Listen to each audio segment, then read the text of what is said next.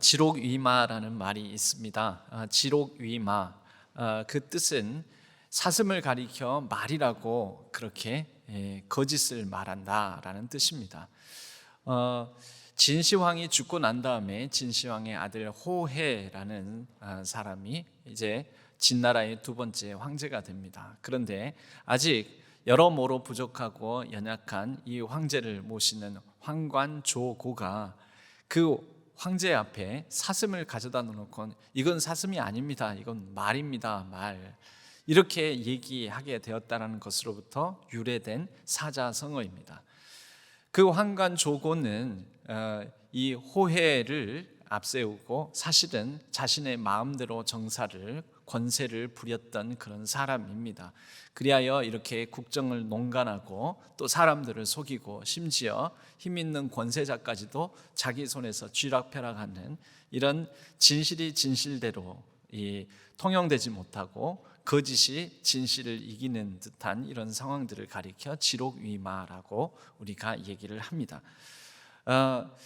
그러고 보면 그 진시황이 다스렸던 때도 그렇고 또 그 이후에 이 황관조고가 이렇게 지록위마에 참 잘못된 치세를 벌였을 때도 그렇고, 그리고 가까이에는 우리나라의 일본 천황이 결국 한반도를 다스리면서 대동아 공영전쟁이라는 그런 허울 미명하에 많은 동아시아의 사람들을 죽이는 전쟁을 벌였던 그런 역사, 그리고 그들의 민족, 그들의 국민들 가미카제 공격을 통해서 오직 태양의 아들, 태양신의 후예인 천황을 위하여서 목숨까지 내던지는 그런 이제 상황들, 여러분, 이런 모든 상황들은 우리에게 이 역사상으로 우리가 살아가는 세상 속에 광기의 역사, 광기의 시대가 있었음을 보여줍니다.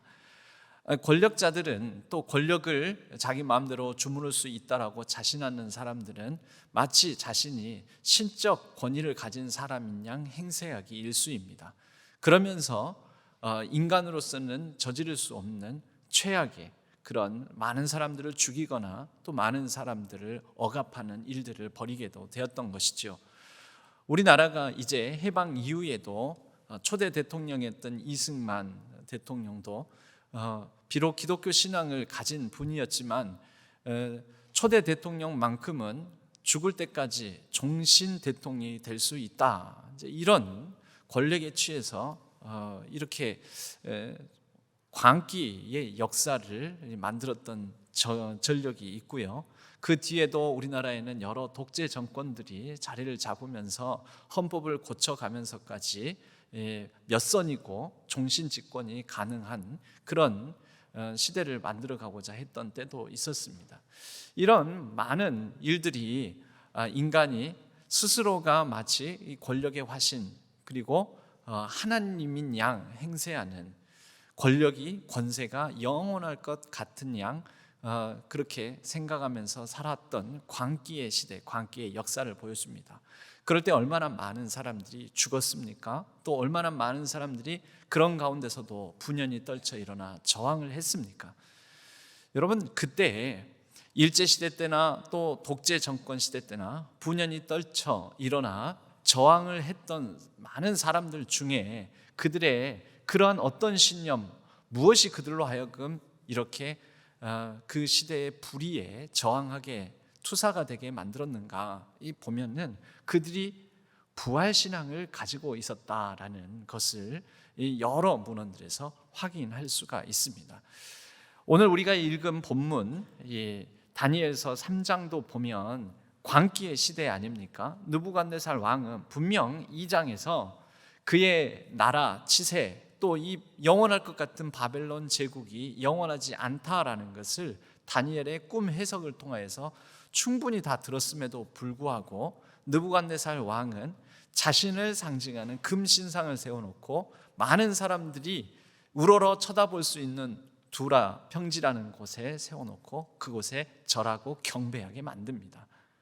그리고 이를 어기거나 따르지 않는 사람들은 다 죽여버리라고 얘기를 합니다.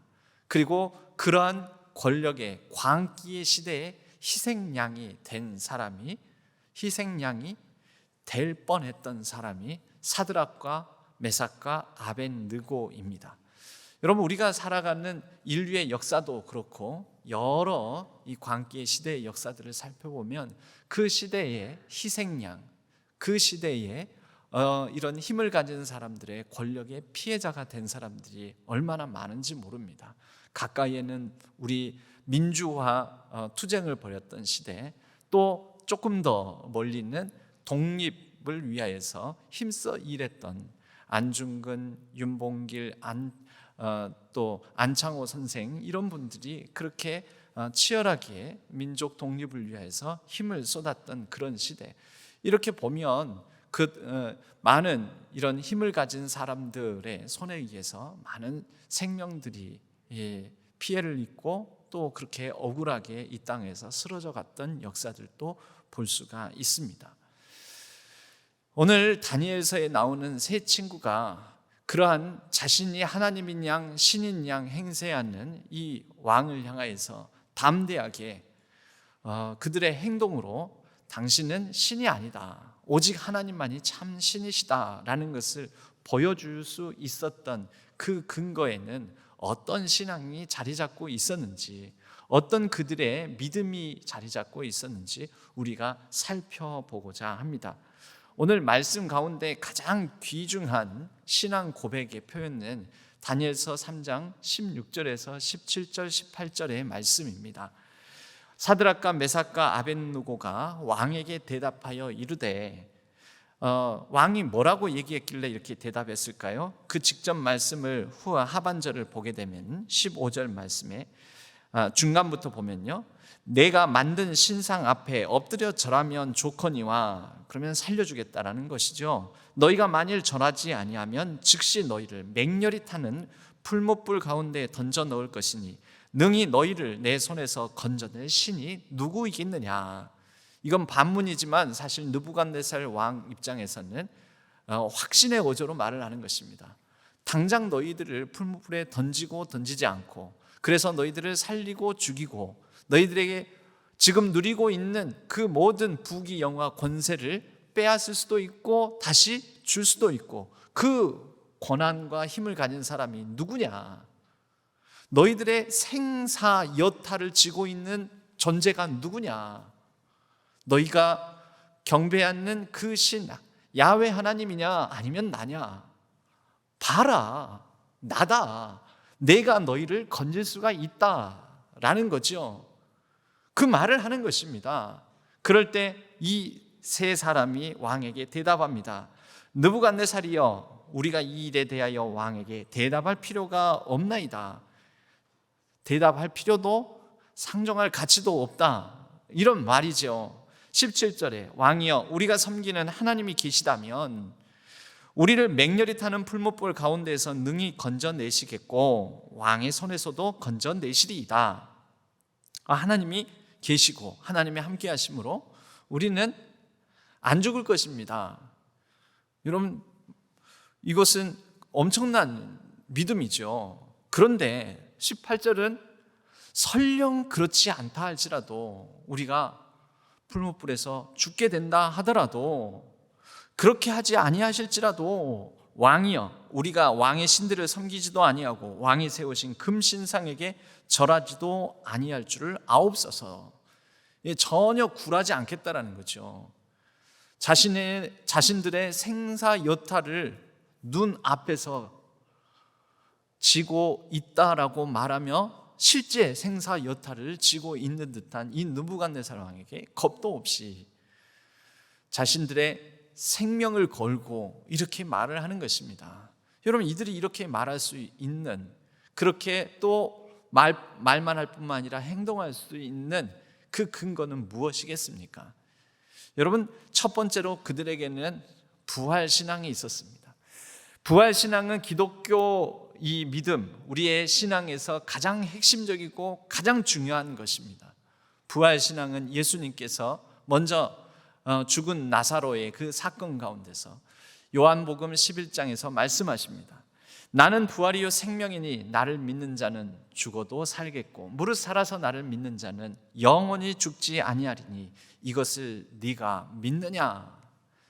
여러분, 죽어도 살고 살아서 믿으면 죽지 아니하고, 우리는 이것을 문자적으로 해석하면 예수님 믿으면 이 땅에서 늙지도 않고 그래 병도 들지 않고 그렇게 오래오래 불로장생하는 거, 그런 말씀인가 보다. 여러분, 불로장생이 아니고요, 나를 믿는 자는 영원히 죽지 아니하리니, 그 말이 그 말 아닙니까? 아닙니다. 좀 다릅니다. 이 말씀은 모든 성경의 말씀이 그렇듯이 해석이 필요합니다. 해석. 여러분, 해석에 따라서 의미가 달라집니다. 그래서 이 말씀을 해석하자면 먼저는 어떤 말씀일까요? 십자가 사건도 그렇고 부활의 사건도 그렇고 일어난 팩트는 분명합니다. 예수님께서 십자가에 달려 죽으셨습니다. 그리고 예수님께서 죽은 지 사흘 만에 그 무덤에서 살아나셨습니다. 여러분, 이것은 팩트죠. 사실입니다. 그러나 사실이 우리를 바꾸지 않습니다. 그러한 팩트 사실에 어떤 해석을 가지고 어떤 의미를 부여해서 우리가 그 의미를 붙잡고 살아갔냐에 따라서 우리의 삶도 마찬가지로 변화될 수가 있는 것입니다. 그 사람 죽었대, 그 사람 살았대, 그 사람 병 걸렸대, 그런데 병 고침을 받았대. 여러분이 사실이겠지만 그 사실이 나와 아무런 의미를 갖지 않는 그냥 사건, 사실로 끝날 수도 있습니다. 우리 주변에서도요. 그런데 그 사람이 나에게 의미 있는 사람이고, 그 사람이 죽고 살고 병들고 고침받고 하는 이런 일들이 나와 밀접한 연관을 갖는, 그래서 내가 해석하고 의미 부여를 하는 사람에게 일어난 의미 부여될 만한 사건이라면 우리에게 그것은 색다른 삶의 변화로 나타나게 되는 것이지요. 제 아내도 아프지만 여러분, 제 아내가 아프지 않았더라면 저에게도 여러 가지 삶에 대한 어떤 생각과 자세, 태도들이 바뀌지 않았을 것입니다. 아니, 바뀌지 않았습니다. 그런데 아프니까 여러 가지 삶을, 또 우리의 인생을, 질병을 바라보는 좀 생각이 좀 다소 달라지더라고요. 예수님께서 십자가에 죽은 이 사건은 우리에게 믿음으로 이렇게 해석이 됩니다. 우리의 모든 죄를 위해서 십자가에 달려 죽으셨다. 우리를 사랑하셔서, 성경이 말씀하고 있고 또 성경에 그렇게 의미 부여를 해주는 것에 대해서 우리는 믿음으로, 그래, 나를 위해서 이 땅에 오셔서 우리를 사랑하심으로 십자가에서 죽기까지 순종하셨구나. 우리의 모든 죄를 지시고 십자가에서 피를 흘리셨구나. 여러분, 이것은 해석이죠. 해석. 역사적인 사건은 예수라는 유대인 중에 한 사람이 십자가에서 달려 비참하게 죽었습니다. 근데 예수님뿐만 아니라 십자가형을 언도받고 정치적 사형수로서 십자가에서 죽은 사람들은 유대인들 중에 예수님 말고도 많았습니다. 그런데 우리는 예수님의 십자가의 죽음을, 우리를 사랑하셔서 이 땅에 오신 분이 우리를 위해서, 우리의 죄를 위해서 죽으셨다라고 해석하는 거죠.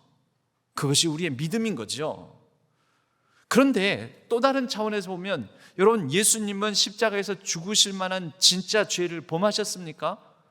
당시의 유대인들이 십자가에서 죽을 때에는 로마에 대해서 무력과 폭력을 통해서 로마를 전복하고자 로마에 대항해서 독립 운동을 벌였던, 이 테러도 불사해가면서 독립운동을 벌였던 그런 유대 민족주의자들을 본보기로 십자가에 달려 죽게 만들었던 정치적 이런 반란 세력들을 향한 사형 틀이 십자가였습니다.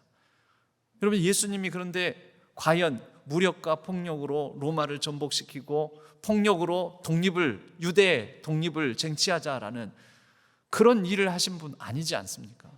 그런 죄가 없는데, 그래서 심지어 로마의 총독 빌라도도 나는 이 사람에게서 죄를 발견할 수 없다고 그랬는데, 유대인들의 모함으로, 군중들의 외침으로 십자가에 못 박으소서 해서, 그래서 십자가에서 죽게 되신 것 아닙니까? 억울하죠. 이 땅의 가장 억울한 죽음 중에 정말 제일 억울한 죽음이 예수님의 십자가 처형인 것입니다. 예수님의 이 십자가 죽음은 바로 이렇게 억울한 자들의 죽음, 모든 이 땅에서 억울함을 당하고 고통을 당하고 여러 불의한 권력으로부터 피해를 당한 사람들을 대표하는, 억울함 속에서 억울함으로 쓰러진 사람들을 드러내는, 불의함 속에서 의를 고수하다가 그 의로운 핍박 가운데 죽은 사람들을 대표하는 그런 십자가 죽음으로서의 의미 해석이 또 가능해집니다. 그러니까 모난 돌이 정 맞는다고 그렇게 뭐하러 이빠른 소리 하고, 아니 시대에 사슴이라고 하면 그냥 사슴이라고 여기지, 거기다 대고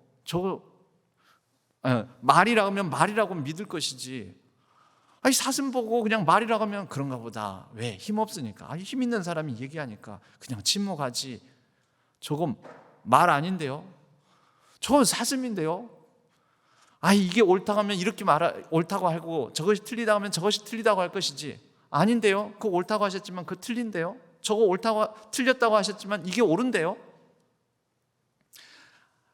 여러분, 그렇게 불의에 대해서 옳고 그름을 의롭게 얘기하다가 죽은 사람들, 억울한 죽음인 것이죠. 죽을 이유가 없는데 거짓 속에서 진리를 외치다가 죽은 사람들, 불의함 속에서 의를 실현하다가 죽은 사람들, 여러분 그런 사람들의 전형 대표자로서 예수님을 볼 수도 있다라는 것입니다.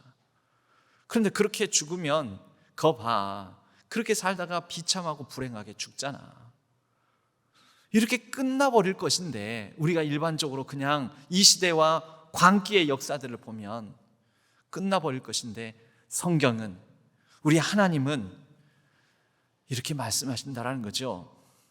끝난 게 아니다. 그게 진짜 끝이 아니다. 억울하고 불행한 죽음, 그 뒤에는 하나님께서 다시 그들을 살리신다라는 것입니다. 죽음으로 끝난 것이 아니요, 그것으로 우리의 삶이 다 끝난 것이 아니다. 그것이 3일 뒤에 예수님께서 부활하신 사건입니다. 여러분, 부활은 그러므로 모든 억울한 자들이 그 억울함으로 끝마쳐지는 것이 아니라, 모든 억울함들은 하나님께서 다시 하나님의 능력 안에서 세우셔서 억울한 자들을 풀어주시고, 억울한 자들의 죽음으로부터 일으켜 세워주시고, 그렇게 해서 죽음 너머에, 이 땅에서의 불행 너머에, 억울함 너머에, 고통 너머에 그것으로 끝나지 않는 새로운 의미와 삶이 있다라는 것을 보여주는 것입니다. 여러분, 그렇기 때문에 이 부활신앙으로 인하여서 불의한 시대의 의를 위하여서 기꺼이 나섰던 것입니다. 정말 불행하게 순교를 당해서 비참하게 죽을지라도 이것이 끝이 아니다라고 그들은 믿고 붙들었기 때문에 기꺼이 자신의 생명을 여러 핍박과 순교의 제물대에 올려놓을 수 있었던 것입니다. 마찬가지죠. 사드락과 메삭과 아벳느고, 죽어도 살겠고 살아서 영원히 죽지 않겠다. 그것은 뭡니까? 불로장생, 비록 순교를 당하더라도 죽지 않고, 죽여봐 그래봤자 나 안 죽어, 칼로 치더라도 안 죽어, 뭐 창으로 찌더라도 안 죽어, 사자바위에 던지더라도 안 죽어, 이게 아니고요. 그 끝이 진짜 영원한 끝이 아니라 끝난 것이 아니다라는, 그것을 예수님을 통하여, 예수님의 부활 사건을 통하여 우리에게 가르쳐 주셨다라는 것입니다. 부활을 리즌이라는 영어 단어로 씁니다. RISEN. 리즌은 rise라는 일어나다 또 올라가다라는 그런 뜻을 가진 영어 동사의 분사형입니다. 그럼 무슨 뜻이냐? 일어나졌다, 즉 누군가에게 일으켜 세워졌다라는 것입니다. 일으켜 세워졌다.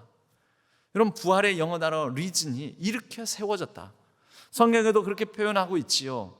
하나님께서 그리스도와 함께 모든 성도들을 일으켜 세우시고 또 죽음에서 우리를 하나님 보좌로 끌어올리셔서 그 보좌에 앉히시고, 예수님께서 나 살아야지, 내가 부활해야지 이렇게 해서 부활하시고 살아나신 게 아니라 하나님께서 예수님을 그 무덤에서 일으켜 세우시고 살리셨습니다.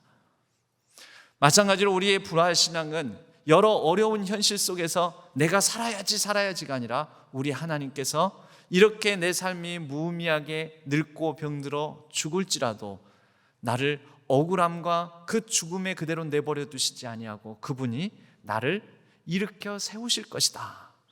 나의 의미 없는 삶이 아니라 의미 있는 삶으로 나의 삶을 하나님께서 재평가해 주실 것이다. 그런 믿음을 갖게 하는 것이 바로 부활신앙이다라는 것입니다. 이 부활신앙이 여러 불의한 사회 속에서 우리 모두를 그래도 의를 붙들고 남들처럼 그렇게 속이고 또 남들처럼 욕심을 부리고 빼앗고 그렇게 살아가는 것이 아니라, 남들이 보지 않을지라도 알아주지 않는다 할지라도 하나님께서 알아주실 것이고 하나님께서 세워주실 것이다라는 믿음으로 여러 어려운 삶 속에서도 의롭게 살아갈 수 있는 동력이 됩니다. 사드락, 메삭, 아벳느고도 바로 그러한 광기의 시대에 불의에 굴하지 아니하고 오직 하나님만이 참 신이다라고 그들의 생명 걸고 이렇게 도전하는 인생을 살 수 있었습니다. 그런데 두 번째로 우리가 확인할 수 있는 그들의 신앙은 임마누엘 신앙입니다. 임마누엘의 뜻은 하나님이 우리와 함께 하신다입니다. 하나님이 우리와 함께 하시기 위하여 인간의 몸을 입고 아기 예수님의 모습으로 이 땅에 오셨습니다. 그리고 그 예수님의 이름을, 칭호를 임마누엘, 하나님이 우리와 함께 하신다라고 칭하라라고 했습니다. 과연 하나님은 우리와 함께 하시는가? 오늘 사건을 보게 되면 이 사드락, 메삭, 아벳느고가 풀무불에 던져집니다. 던져졌는데 그들의 믿음으로 부활신앙과 하나님 우리와 함께 계시면, 하나님이 계시면 하나님이 함께 하신다는 믿음으로 던져졌는데, 성경에서 특별한 이 부분은요, 이 세 사람이 던져져서 풀무불 속에서 네 번째 사람으로 느부갓네살이 얘기하지 않습니까? 그 네 번째 사람을 사드락, 메삭, 아벳느고가 보고 교감을 나누고 그리고 실감하고 그리고 이후에 풀무불에서 건짐받고 난 다음에 우리가 하나님을 보았다고, 하나님의 천사가 우리를 지켜주시는 것을 느낄 수 있었다고, 그런 장면이 안 나옵니다. 다만 풀무불에 던져졌을 때 느부갓네살이 깜짝 놀래가지고 세 사람 아니었냐, 우리가 읽지는 않았지만 24절에 보면은요, 그 모사들에게 물어서 이르되 우리가 불 가운데 던진 자는 세 사람이 아니었느냐. 예, 맞습니다.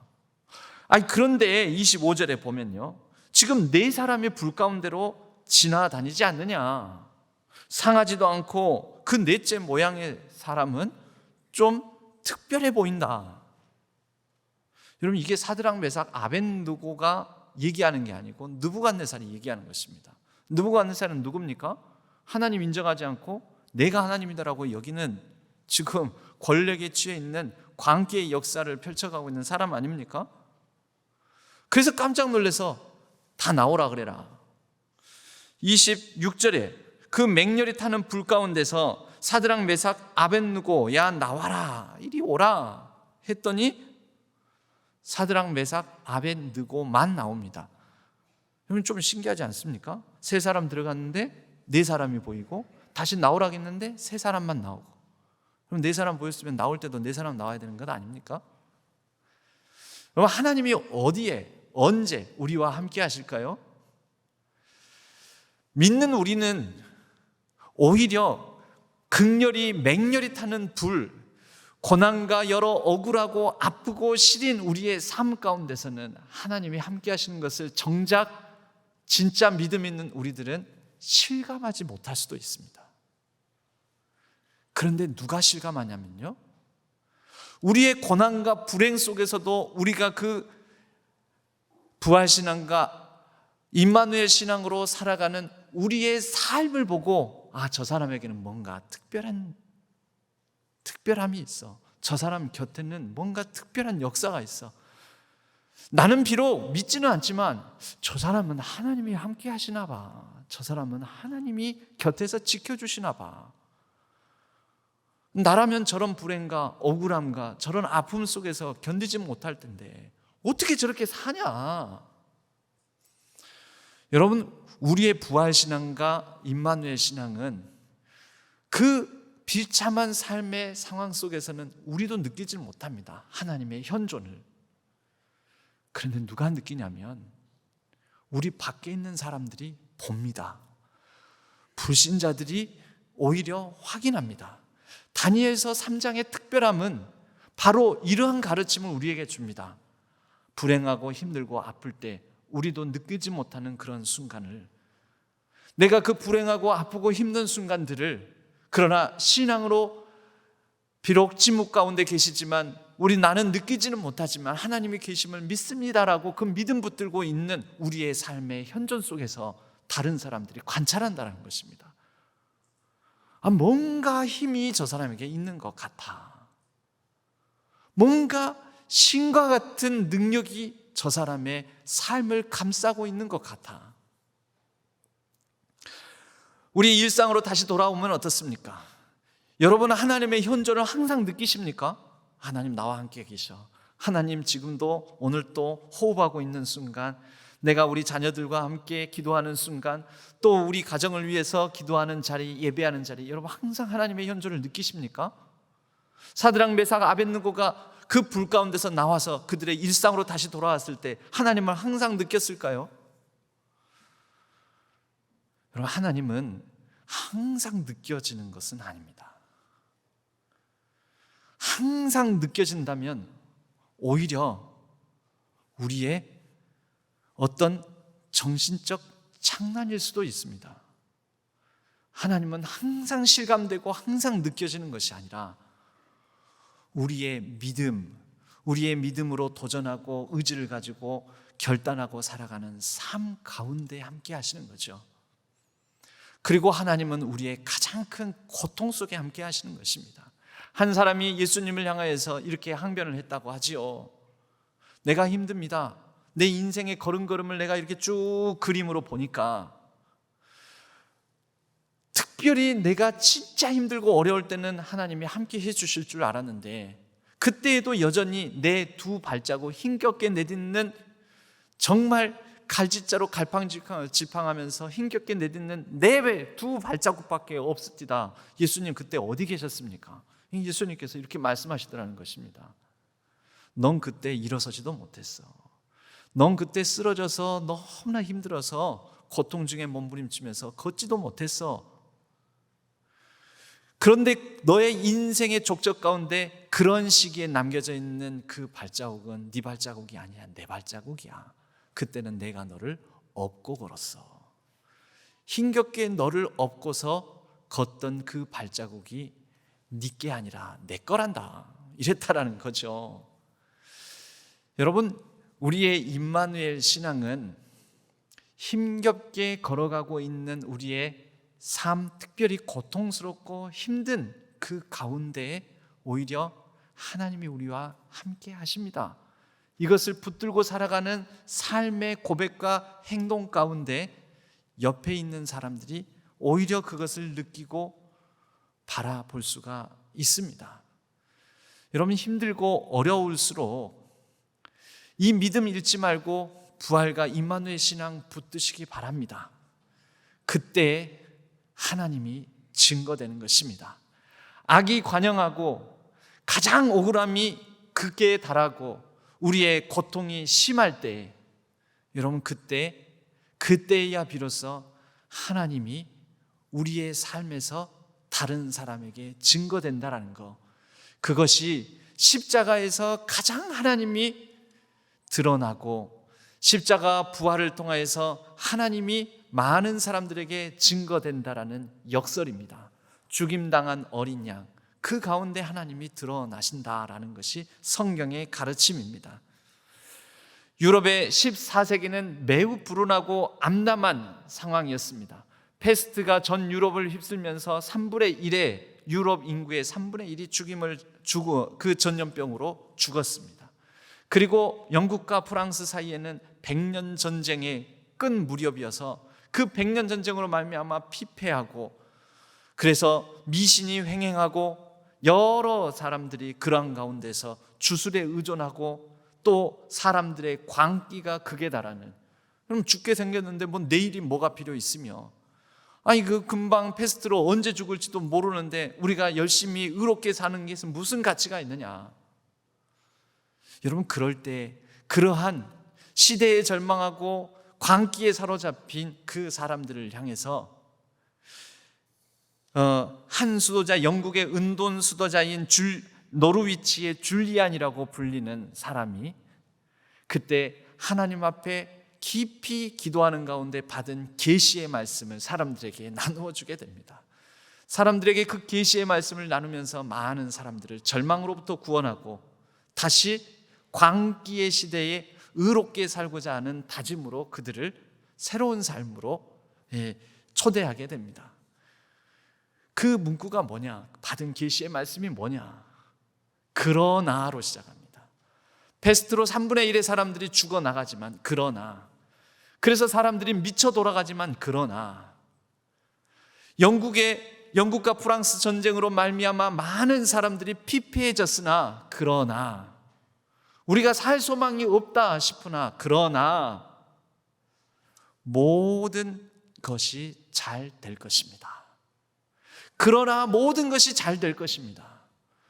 여러분, 지금 불행하고 비참한 가운데 있는 사람들에게 이 줄리안이라는 사람은 다가가서 그러나 모든 것이 잘 될 것입니다. 그러나 모든 것이 잘 될 것입니다. 그러나 모든 것이 잘 될 것입니다. 여러분, 그냥 단순히 낙관하고 그냥 낙천적으로 하는 말입니까? 그냥 덕담입니까? 그렇지 않습니다. 그가 오랜 수도 생활 가운데 받은 말씀, 하나님이 함께 하신다. 임마누엘.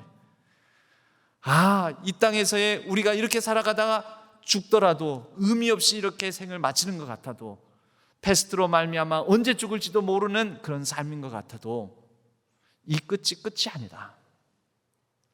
부활 신앙과 임마누엘 신앙을 근거로 그러나 모든 것이 잘 될 것입니다 라고 얘기를 했다라는 것입니다.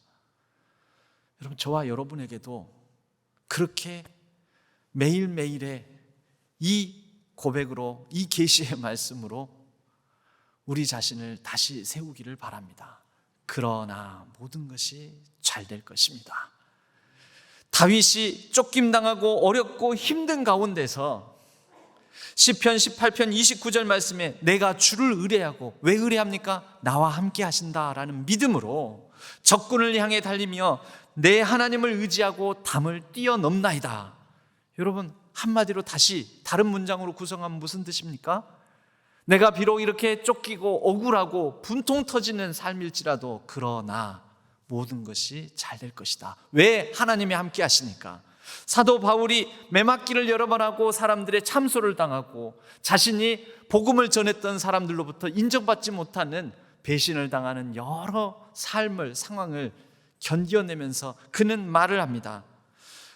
고린도전서 15장 57절에 우리 주 예수 그리스도로 말미암아 우리에게 승리를 주시는 하나님께 감사하노니. 여러분, 무슨 뜻입니까? 그러나 모든 것이 잘 될 것입니다. 왜요? 하나님께서 함께 하시니까. 여러분, 이 신앙 고백, 우리의 부활 신앙과 임마누엘 신앙 고백은 우리를 짓누르는 절대적인, 나를 다스리고 나를 불행하게 만들고 나의 인생이 끝난 것처럼 만드는 모든 절대적인 힘들을 상대화시킵니다. 절대적이라는 게 무엇입니까? 여러분, 잠시 실패하면 이 실패가 나의 인생을 완전히 사로잡아서 끝날 것 같은 그런 기분 들지 않습니까? 예기치 않은 불행과 질병들이 나의 인생 움켜쥐고 이것으로 나의 삶이 이렇게 끝나는가 보다라는 그런 순간적으로라도 절대적인 생각에 사로잡히지 않습니까? 그러나 부활신앙과 임마누엘 신앙은 우리에게 절대적이라고 여기는 모든 것들을 상대화시킵니다. 절대 권력 느부갓네살 왕 상대화시킵니다. 이게 절대적이지 않아. 우리의 인생의 불행, 질병, 고통, 이거 절대적이지 않아. 이 시대의 광기 시대의 역사, 이거 절대적이지 않아. 지금 우리를 힘들게 만드는 여러 가지 경제적인 상황들, 이거 절대적이지 않아. 비참하게 만드는 여러 가지 듣기 싫은 세상의 나쁜 소식들, 이게 절대적이지 않아. 여러분, 우리 신앙은 하나님 위에는 모든 것을 상대화시키는 신앙입니다. 부활신앙과 그리고 임마누엘 신앙으로요. 여러분, 그래서 우리는 근거 없이, 아무 이유 없이 그냥 다 대충 잘 될 거야, 어떻게든 되겠지 뭐, 그런 낙천적인 삶이 아닙니다. 여러분, 낙천의 이름을 뜻을, 낙천이라는 이 한문의 뜻을 우리가 알 필요가 있습니다. 그냥 우리가 흔히 썼지만 낙천적이라 할 때 낙천이 무슨 의미인지 아십니까? 즐거울 낙 또는 즐길 낙, 하늘천. 그럼 그 자체로는요, 하늘을 즐기다? 여러분, 우리가 신앙적으로 여기에 의미 부여를 해보면요, 우리는 어떤 상황 속에서도 하나님을 즐거워합니다. 여러분, 그게 우리 신앙인의 낙천 아닙니까? 인생의 불행이나 아픔 가운데서도 나와 함께 하신다라는 사실을 우리는 누리고 즐깁니다. 그리고 이 인생의 불행과 이 어려움들, 이것이 끝이 아니다, 이것으로 끝나는 것이 아니다, 우리는 낙천합니다. 나의 이런 삶을 주신 하나님을 우리는 즐거워하고 그분을 누리고 즐깁니다. 힘들고 어려울수록 우리 사랑하는 성도님들 낙천하십시오. 힘들수록 그래서 낙관하십시오. 그러나 모든 것이 잘 될 것이다. 무작정 희망 회로를 돌리자라는 것이 아닙니다. 부활신앙과 임마누엘 신앙으로 다윗처럼 담을 띄워놓고 바울처럼 승리의 주님을 바라보는 것입니다.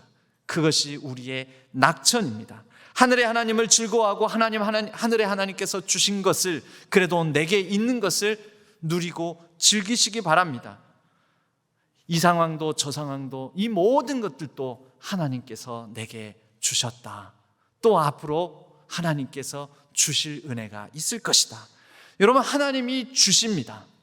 하나님께서 예수 그리스도를 보내주셨고 또 우리에게 다시 오신다, 보내주신다고 하셨습니다. 하나님께서 우리를 살려주셨고 하나님께서 우리를 살려주실 것입니다. 하나님께서 우리 가운데 이루셨고 또 앞으로도 이루어 주실 것입니다. 하나님께서 우리의 분통하고 억울함을 풀어주셨고 앞으로 우리의 모든 그 눌린 마음을 풀어주실 것입니다. 그러므로 우리는 이것을 믿습니다. 하나님이 주셨다, 주실 것이다. 하나님께서 함께 하신다. 그러므로 우리는 어떤 상황에도 불구하고 그러나 모든 것이 잘 될 것이다 라고 고백하는 낙천의 삶을 살아갈 것입니다. 우리 신안의 모든 성도님들이 하나님을 즐거워하고 하나님께서 내게 주신 모든 것을 온전히 누리는 낙천의 삶을 살아가시기를 주님의 이름으로 간절히 축복합니다.